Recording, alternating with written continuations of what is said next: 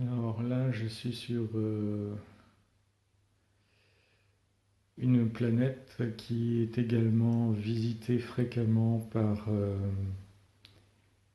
les humains de la Nouvelle Terre.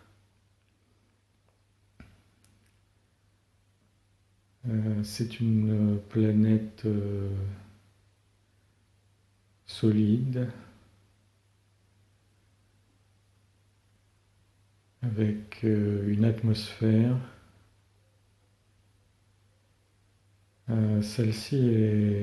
A vraiment une végétation très différente de la planète Terre, la- ou Gaïa. Euh, je vois c'est comme des espèces de grandes herbes, mais c'est entre des herbes et des tiges de fleurs, un peu comme des algues assez hautes. Alors, par rapport à la taille d'un être humain, c'est pratiquement la taille d'un arbre de 15-20 mètres peut-être de haut. Ça ondule, alors c'est une atmosphère pas vraiment gazeuse, c'est une atmosphère un peu liquide, qui est translucide, mais c'est liquide et ça fait un peu comme si c'était des algues qui bougeaient dans les fonds marins avec le courant marin, sauf que c'est pas de l'eau. Et c'est translucide comme de l'air. Euh, le ciel est presque blanc, blanc cassé, euh, laiteux, un peu laiteux. Et donc,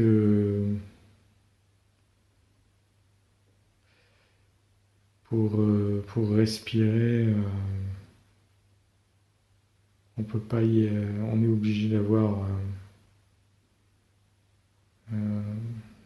une combinaison spéciale.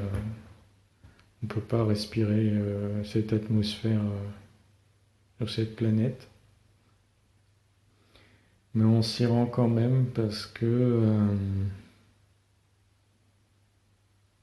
c'est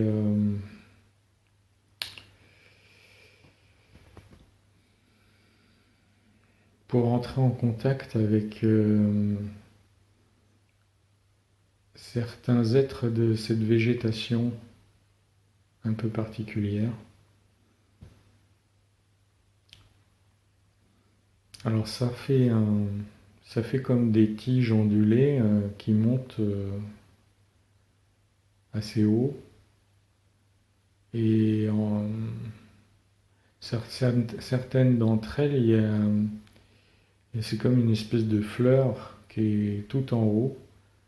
Euh, Ça ressemble un peu à un bouquet de pissenlit. Au niveau de la forme, ça fait des boules un peu neigeuses comme ça. Et il y en a quatre ou cinq comme ça ça fait une espèce de bouquet, quoi. Mais elles sont pas collées les unes aux autres, elles sont un peu éloignées. Euh, et elles sont lumineuses. Elles émettent une lumière rose, rose, rose bonbon. Et ces êtres-là, sont à mi-chemin entre des plantes et puis des animaux. Euh, et Les humains de la Nouvelle Terre sont très comment, pratiquent vraiment la télépathie de façon courante, hein. C'est devenu naturel pour quasiment tout le monde et donc ces humains viennent pour entrer en connexion télépathique avec ces êtres lumineux.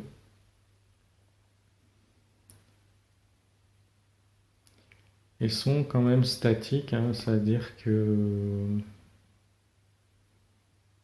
ils sont la tige, l'espèce de tige bouge, mais ondule, mais ils sont quand même, c'est comme s'il y avait quand même des racines, comme une plante, mais au niveau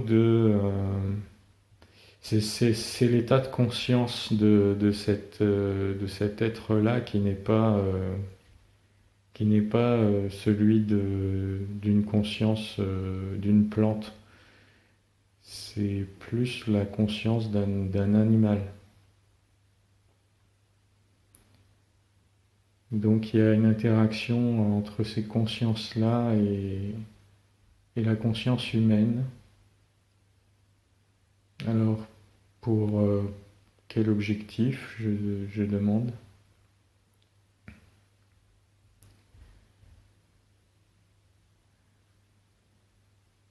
Alors, il y a quelque chose il y a quelque chose de similaire avec les arbres sur la Terre. Euh, c'est un peu comme si ces êtres-là euh, étaient un peu avaient accès à certaines mémoires, non seulement de la planète sur laquelle ils sont, mais euh, indirectement à des mémoires d'autres planètes, d'autres civilisations sur d'autres planètes. Euh, c'est comme si on pouvait faire la même chose avec des arbres sur Terre, mais que euh, la conscience des arbres ne permettait pas d'avoir des messages aussi clairs, aussi, aussi accessibles pour l'être humain qu'avec ces plantes-là. Enfin, j'appelle pas ça des plantes parce que c'est pas vraiment des plantes. Ces êtres-là sur cette planète, c'est comme s'ils avaient une conscience plus avancée, ben, ils peuvent délivrer des messages plus faciles d'accès pour l'être humain, plus, euh, plus clairs pour l'homme. Donc ils servent, ils ont, c'est un peu comme des profs d'histoire, c'est pour, euh, pour vulgariser la chose. Bon, il y a aussi un attrait pour cette nature qui est luxuriante et puis qui est vraiment, pour le coup, là, vraiment différente de la nature sur la Terre. Donc, c'est aussi une motivation pour aller rendre visite, aller visiter cette planète. Euh,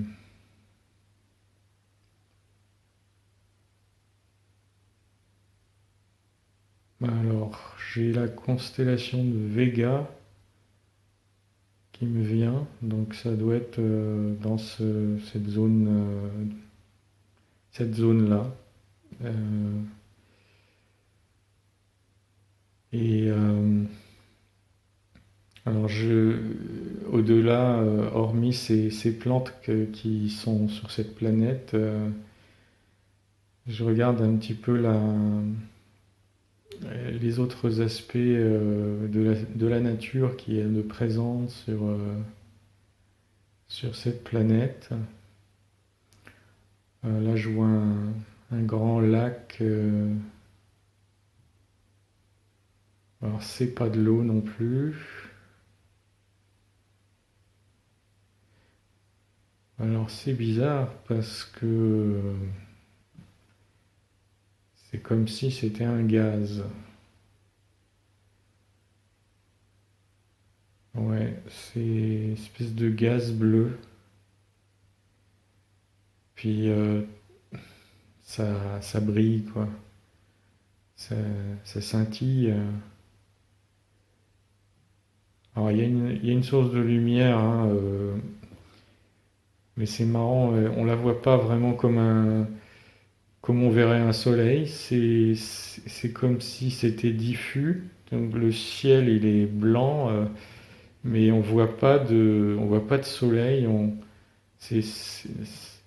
Ça doit être, je sais pas, comme si l'atmosphère était trop épaisse pour qu'on puisse vraiment voir ce qui est l'étoile qui est la source de lumière.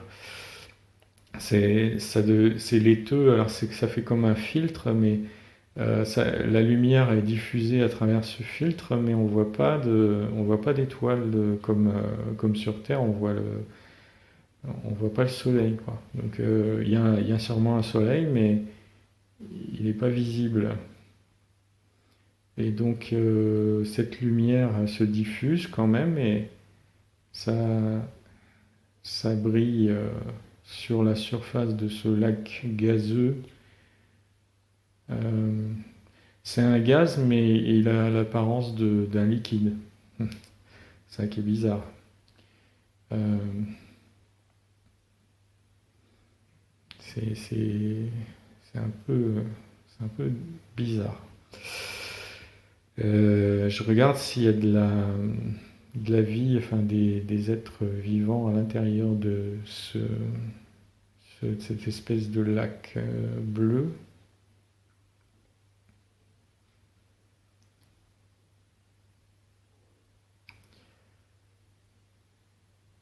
Euh, je vois pas grand-chose. Ce que je vois, c'est des espèces d'étincelles, comme des décharges électriques à l'intérieur.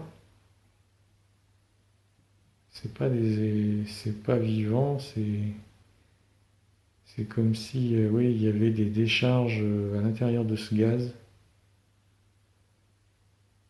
Ça fait pas très, ça donne pas envie de se baigner dedans, hein.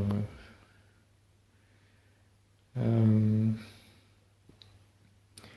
ouais, alors ce qu'on m'explique, c'est que c'est gazeux parce que les molécules sont assez, c'est comme s'il y avait une faible, très faible pression, les molécules sont assez espacées les unes des autres. Et pour autant, ça doit être dû à la pression atmosphérique qui est assez importante. Ben, ça maintient le gaz au, au sol et il est plaqué comme ça. Donc quand on est en surface, ça a l'impression que c'est liquide. Et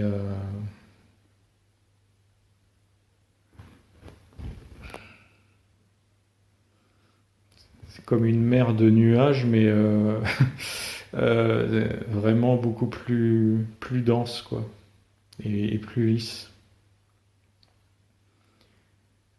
Et bah, il n'y a pas l'air d'avoir grand-chose qui vit à l'intérieur. Peut-être quelques bactéries. Ouais, je vois des trucs qui brillent dans le fond du pseudo-lac. Des, des trucs minuscules qui brillent. Je sais pas si c'est des bactéries. C'est pas vraiment des bactéries, on dirait des champignons plutôt. Ou des lichens, ou quelque chose comme ça. Un peu phosphorescent. Mais sinon, il y a pas grand-chose. C'est joli à voir, mais c'est pas accueillant sur le plan. On n'a pas envie d'aller se mettre dedans, hein. Alors, sinon, c'est une planète qui a pas beaucoup de relief, hein. Il y a pas de grandes montagnes comme sur la Terre. C'est assez plat. Il y a des zones, je vois des zones avec un peu rocheuses, un peu désertiques, un peu euh, comme des déserts sud-sahariens, mais avec beaucoup moins montagneux, quoi. Euh, c'est plutôt des petites collines assez arrondies, mais des zones un peu rocheuses quand même. Euh, ouais, c'est dans les tons orange, un peu du sable, espèce de sable orange, orange, orange mauve. Euh,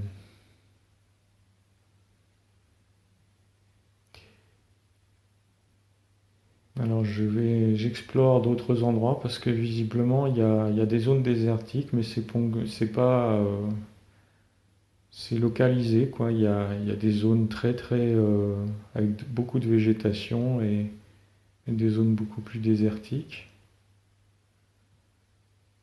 Et que je demande à voir d'autres zones de cette planète là, pour voir s'il y a des choses vraiment très différentes.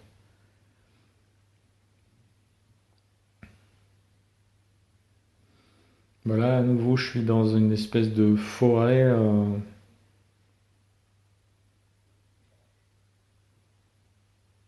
Ah, ça ressemble à des arbres.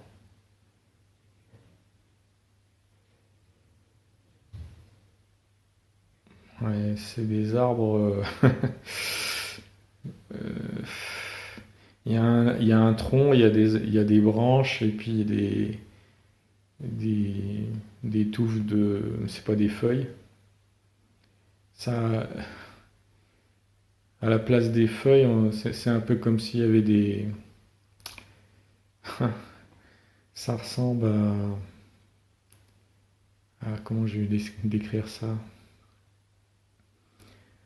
Des trompettes. Ça a la forme d'une trompette, quoi. C'est comme une espèce de valve. Euh,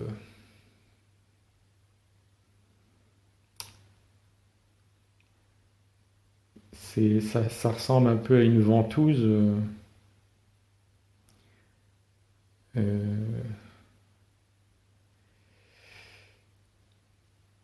D'ailleurs, ça bouge un peu comme des tentacules de pieuvre, mais ça n'a pas la même forme. C'est une forme de trompette, un peu. Donc avec comme un orifice qui s'élargit vers l'extérieur. Euh, c'est c'est une couleur rose aussi, rose mauve. Et aux extrémités de chaque petite branche, il y a une espèce de trompette comme ça, à l'endroit où il pourrait y avoir des feuilles sur un arbre normal. Et c'est pas des. Là, par contre, c'est pareil, c'est pas vraiment comme une plante parce que ça bouge, quoi. C'est pas un arbre, il va bouger parce que c'est le vent qui va le faire bouger, alors que là, c'est comme un arbre, mais s'il veut faire bouger ses branches, il les bouge comme des membres, quoi. Donc c'est presque comme un animal, quoi. Encore une fois. Donc c'est comme c'est une autre espèce, mais par rapport à celle que j'ai décrite tout à l'heure, mais qui n'a pas la même forme, mais c'est toujours un peu à mi-chemin entre la plante et l'animal. Ça ressemble plus ça fait penser à certaines algues de certains fonds marins sur la Terre, qui sont presque, qui ont presque une capacité de mouvement euh, par eux-mêmes, quoi.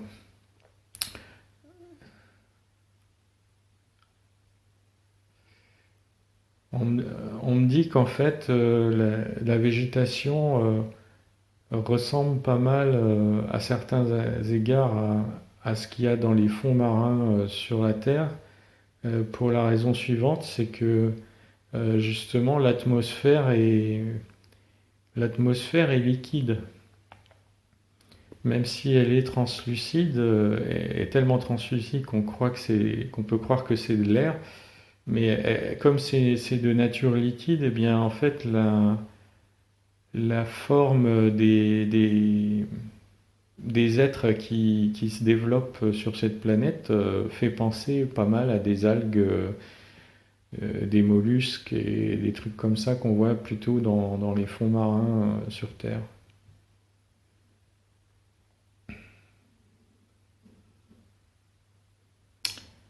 Euh, Là, c'est pareil,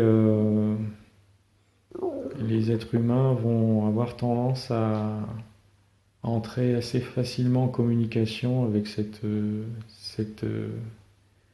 variété d'êtres. Alors, je ne peux pas, toujours pas dire qu'est-ce que c'est. Je préférerais presque dire que c'est des algues sur Terre, parce que c'est presque plus à ça que ça renvoie. Même si la taille et la forme n'ont rien à voir avec des algues terrestres. Euh, Il y a beaucoup d'échanges entre ces pseudo-algues. Euh, on me dit que de la même façon qu'il y a beaucoup d'échanges dans les océans terrestres, hein, entre entre les algues, euh, justement à cause de la nature aquatique du milieu. Ben là, c'est pareil, sur cette planète, les échanges sont très importants, même à relativement longue distance, entre ces pseudo-algues.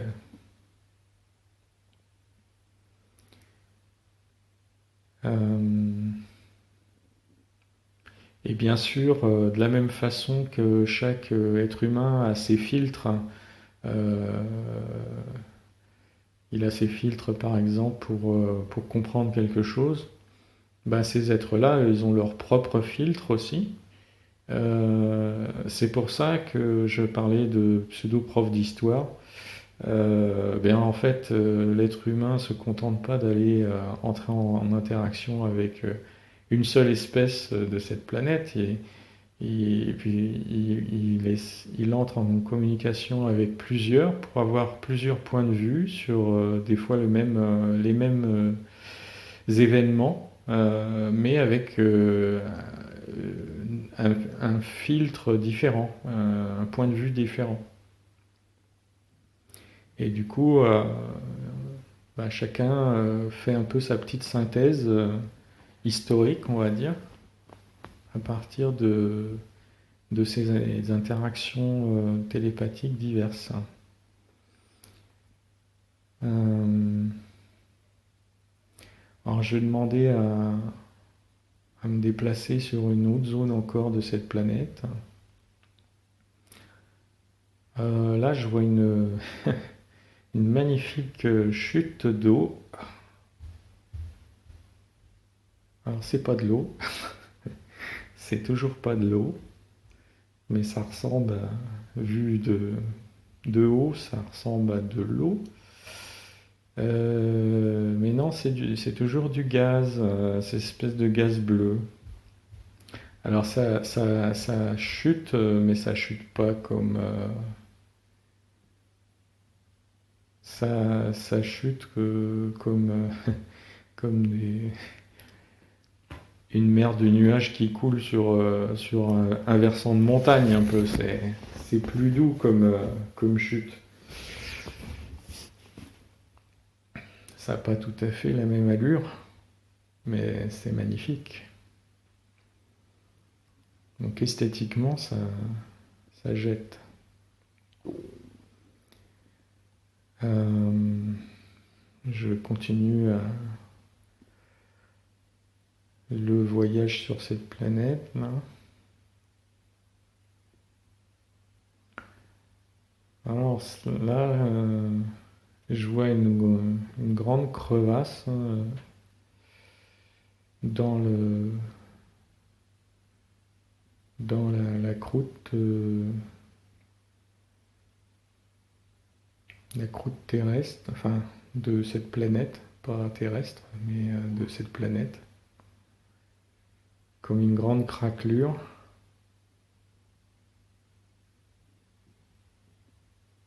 Et alors je regarde ce qu'il y a à l'intérieur. C'est super profond. Ouais, il y a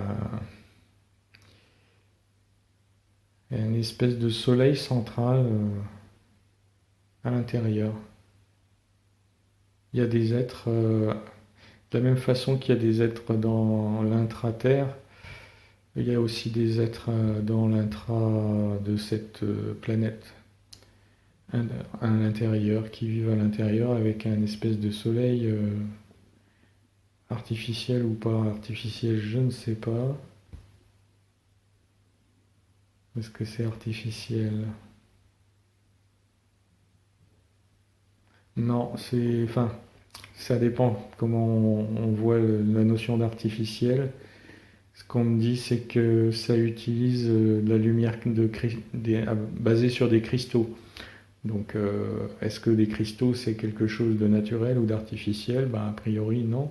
C'est pas artificiel, c'est naturel. Donc, c'est simplement utiliser les cristaux pour générer de la lumière.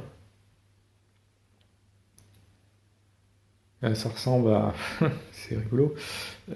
Ces cristaux, ils sont comme en suspension dans le vide, j'ai l'impression.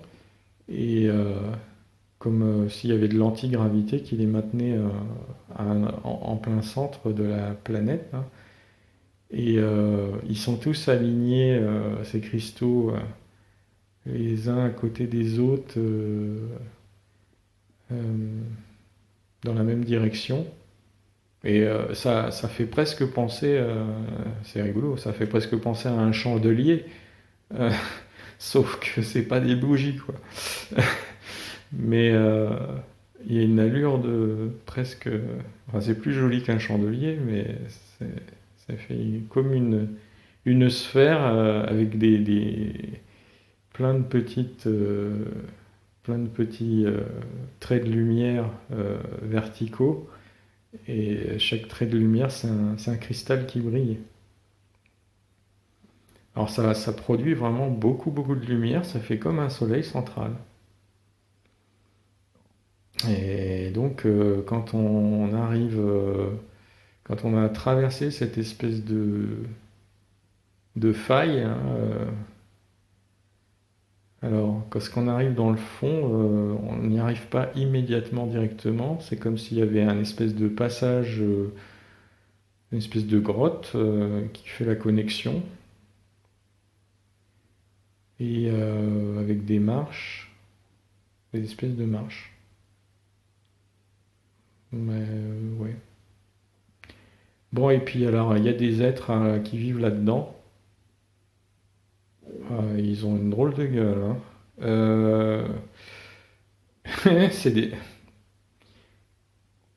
Alors vraiment là, ça me scotche un peu parce que ça ressemble plutôt à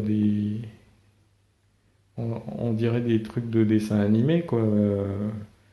Ils ont une tête qui ressemble à un scaphandre vert, un petit corps. Ils ont un petit corps, ils sont comment, humanoïdes, hein. Des petits bras, des petites jambes. Mais c'est surtout la tête qui est bizarre.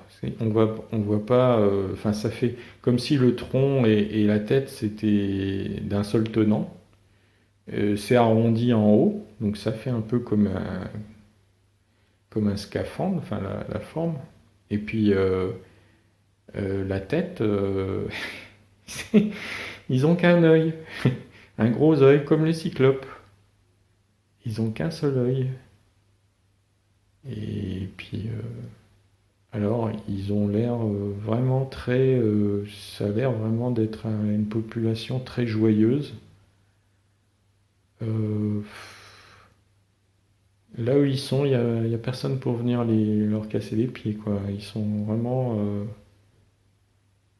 Alors, je regarde un peu les constructions là, à l'intérieur. Ça fait un peu construction de Hobbit, un peu, hein. Euh,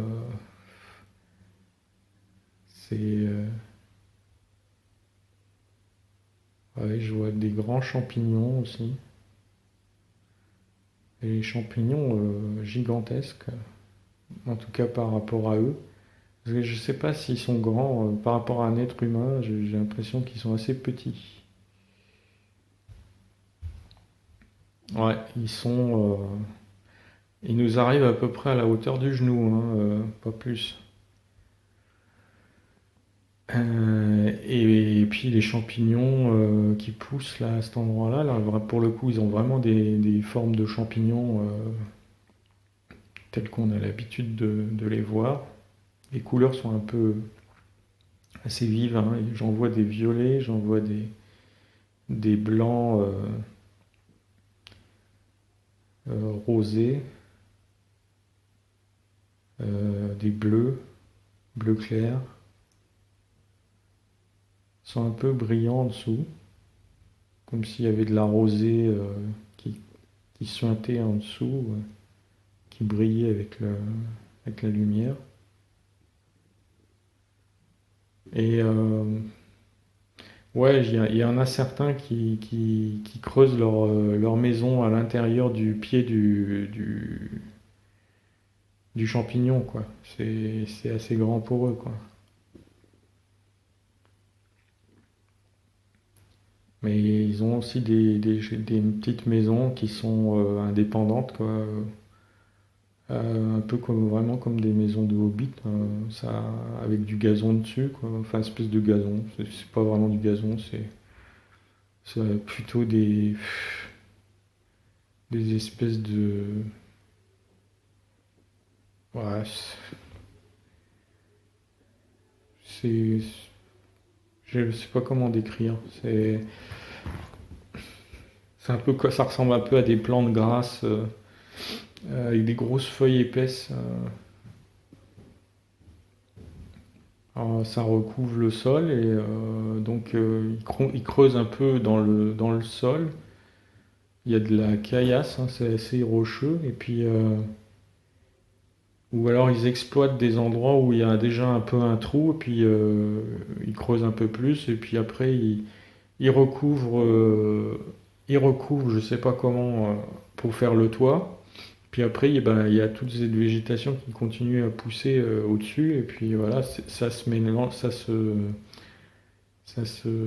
s'intègre bien avec la nature, quoi. C'est assez discret. Euh, Moi, je vois un lac là, enfin, ce qui ressemble à un lac, plutôt une espèce de mer parce que ça a l'air vraiment grand. Bleu clair, presque blanc. Alors, est-ce que c'est vraiment liquide ça? Ouais, ça par contre là, c'est vraiment liquide. Euh, Il y a des trucs qui vivent dedans là. Ça pas. J'aime pas trop ce que je viens de voir. C'est assez. Oh, ça ressemble à des espèces d'araignées. euh, Avec des yeux. C'est pas des yeux, mais c'est. Si, c'est. Enfin, il y a des trucs rouges qui. C'est noir, et puis il y a des trucs rouges qui ont un peu des formes ovales qui ressembleraient à des yeux, mais c'est pas vraiment des yeux. Ça vit dans ce lac là. Euh, Ça m'a pas l'air très très positif comme bestiole. Euh, Ben, je pense que ils viennent pas les embêter, hein. Chacun reste dans son coin. Mais ça m'étonnerait qu'ils s'aventurent dans les fonds de cette mer, parce que ces êtres-là n'ont pas l'air très positifs. Ces espèces d'araignées. C'est à ça que ça ressemble le plus. Euh, Ça ressemble un peu entre un gros scarabée et une araignée, par rapport à ces petits êtres humanoïdes là, qui sont sur la partie terrestre de cet intérieur là. Euh, Ces espèces d'araignées là sont beaucoup plus grosses, hein. Euh, ouais, il y en a qui. Il y a eu déjà des accidents, entre guillemets, il y en a certains qui se sont fait grignoter, hein. Justement parce qu'ils s'étaient peut-être aventurés un peu un peu trop loin dans la mer, là. Il y en a quelques-uns qui se sont fait grignoter. Bon, bah après, les autres, ils ont fait gaffe, quand ils se baignaient, de ne pas aller trop loin. Hum, Qu'est-ce qu'il y a d'autre alors? Euh, Là, en fait, l'être humain de la Nouvelle Terre a encore jamais mis les pieds à cet endroit. Euh, c'est parce que j'ai demandé à explorer cette planète, donc on m'a montré cette partie-là aussi, mais euh, visiblement, cette faille qui permet d'aller vers le centre de cette planète, elle n'a pas été découverte. Elle n'a pas été tellement découverte, ou alors je sais pas, ils ont bloqué l'accès, je sais pas, mais en tout cas, apparemment, il n'y a pas eu de contact vraiment avec des êtres humains de la Nouvelle Terre. Au moment où je regarde, quoi. Peut-être que ça s'est fait par la suite, mais en tout cas, au moment où j'ai l'info là, ça n'a pas encore été, le contact n'a pas encore été établi, quoi. Alors peut-être un contact, on va dire, par l'esprit, mais pour un contact physique, une rencontre physique, apparemment non. Euh, Quoi d'autre, hein, sur cette planète?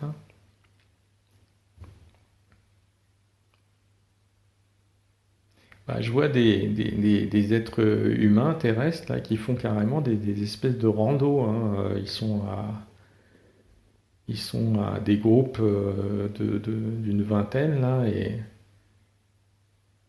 ils se promènent sur cette planète. J'en vois pas trop qui se baladent en solo, hein, parce que quand même, même si c'est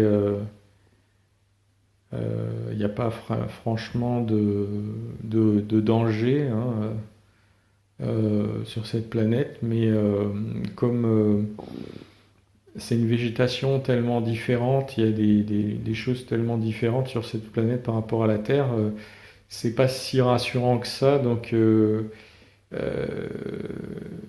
il y a pas trop d'exploration en solo, quoi. C'est plutôt en groupe que l'être humain y va pour explorer, parce que c'est pour le faire dans la sérénité, quoi. Euh, je vois pas de, je vois pas d'oiseaux, il n'y a pas d'oiseaux, il n'y a pas de trucs qui volent sur cette planète. Alors je reviens sur la surface, hein, c'était une exploration un peu de l'intérieur, mais là je reviens sur la surface pour regarder s'il y a des trucs qui volent dans des oiseaux ou des trucs qui ressemblent à des oiseaux ou des insectes, mais je vois rien qui se balade en l'air.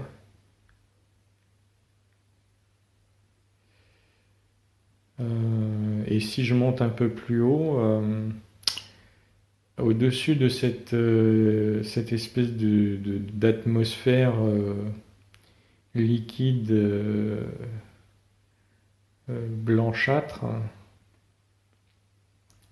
il y a une autre couche, cette fois-ci qui est gazeuse, qui est blanche, qui est beaucoup moins dense. Et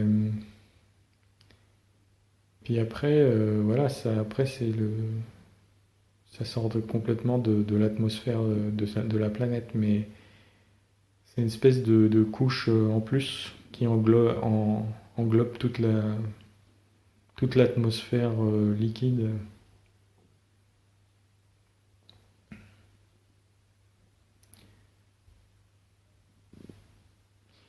C'est une planète assez calme, hein. Il n'y a pas beaucoup d'activités, même si il y a eu une faille là, j'ai vu une faille, mais il n'y a pas beaucoup d'activités tectoniques. C'est assez paisible, hein.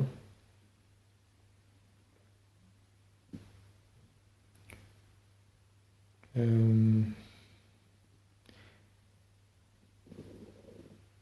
ouais, je vois les êtres humains là qui se promènent là, ils sont en groupe là, ils sont une vingtaine, là.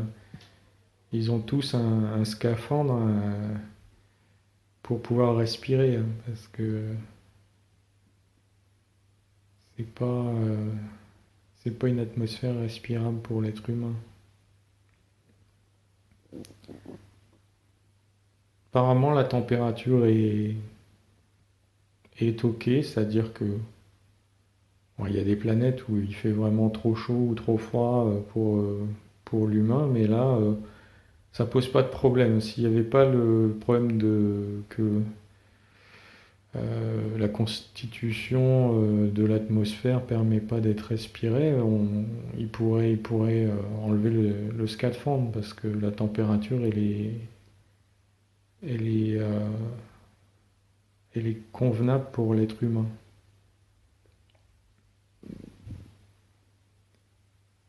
Et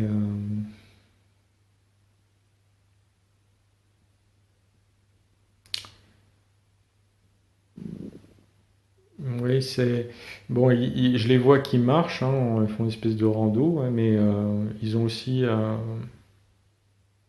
il y a des vaisseaux, des vaisseaux qui fonctionnent à l'antigravité, hein, un peu triangulaires. C'est pas des gros vaisseaux, c'est un peu des petits vaisseaux de reconnaissance, on va dire, justement pour un peu comme une petite navette là, un petit bus, mais qui, qui, qui peut se balader assez facilement, se poser un peu n'importe où. voilà, ça ressemble un petit peu à, ouais, un peu à un triangle. C'est pas vraiment une forme d'avion. Il y a des lampes, espèces de lampes sur les côtés du triangle, euh, orange, enfin orange clair, presque jaune. Ça éclaire tout autour. Et puis c'est comme s'il y avait une espèce de capsule qui s'ouvre et puis on peut rentrer à l'intérieur, s'installer. Siège ergonomique, ouais, c'est des sièges, tu poses tes fesses et puis ça prend la forme de ton corps, quoi. C'est très confortable. Euh, ouais, c'est un peu. En plus, je passe au versant technologique, hein, mais c'est des sièges qui ont une mémoire de forme, c'est-à-dire que le passager, bah, c'est son siège attitré, donc le siège, ça- c'est adapté à la forme de la personne, puis reconnaît la personne, donc reprend la forme qui est adaptée à la personne quand elle vient s'asseoir. Et mémorise la forme des autres personnes, donc s'il y a une autre personne qui prend quand même le siège, ben, elle va elle va prendre la forme qui correspond à cette autre personne. Et donc là, c'est pas une promenade avec à travers un portail comme je l'ai décrit dans une précédente vidéo. C'est vraiment en utilisant un, un vaisseau. Même si le vaisseau, en fait, le vaisseau en question, à un moment donné, il passe par un portail, mais il passe par un portail hors de l'atmosphère terrestre, hein. C'est un autre portail qui emmène le vaisseau à la proximité de cette planète et ensuite descendre dans l'atmosphère. Euh, on me dit qu'en fait, euh,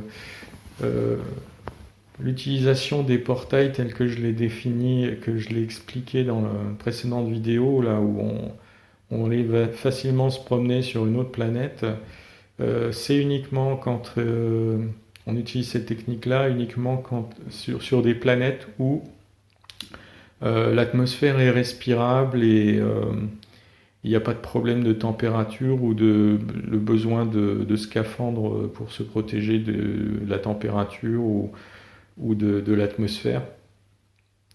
Donc il y a plein de planètes qui remplissent ces conditions-là. Donc il y a beaucoup de tourisme, entre guillemets, vers ces planètes-là.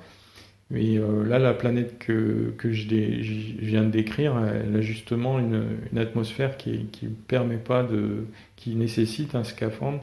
Et dans ces cas-là, la méthode utilisée, c'est d'aller prendre un vaisseau, prendre un portail. Une fois qu'on arrive dans le portail, le vaisseau arrive à proximité de la planète, et puis avec le vaisseau descendre à travers l'atmosphère, si c'est une planète à atmosphère, ou en tout cas descendre à la surface, et puis l'explorer avec les scaphandres.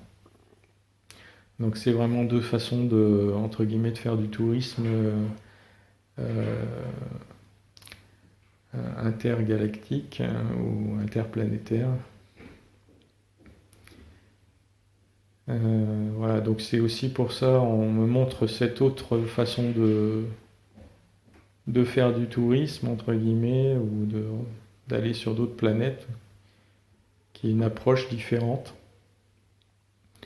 Et ça permet bien sûr d'avoir accès à toutes les planètes où il y a des conditions qui ne permettent pas de respirer directement dans l'atmosphère de la planète. Donc ça ouvre l'accès à beaucoup plus de planètes, pour le coup, qui remplissent pas les conditions de les conditions qui sont très particulières, qui permettent à l'homme de respirer normalement.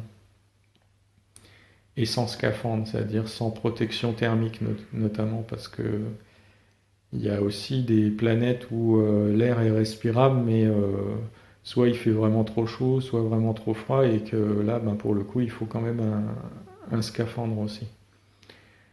Donc il y a plein de planètes qui nécessitent une exploration avec scaphandre. Et comme l'être humain est curieux, en particulier celui de la Nouvelle Terre, il ne va pas s'exclure la possibilité d'aller explorer aussi ces planètes-là, même s'il faut mettre un scaphandre, hein. C'est pas, ça le refroidit pas, hein. Et, et enfin, à mon avis, il a tout à fait raison d'aller explorer le plus possible, si c'est accessible d'une façon ou d'une autre, même si c'est peut-être un peu plus contraignant. Voilà, je pense que voilà, je vais arrêter pour celle-ci.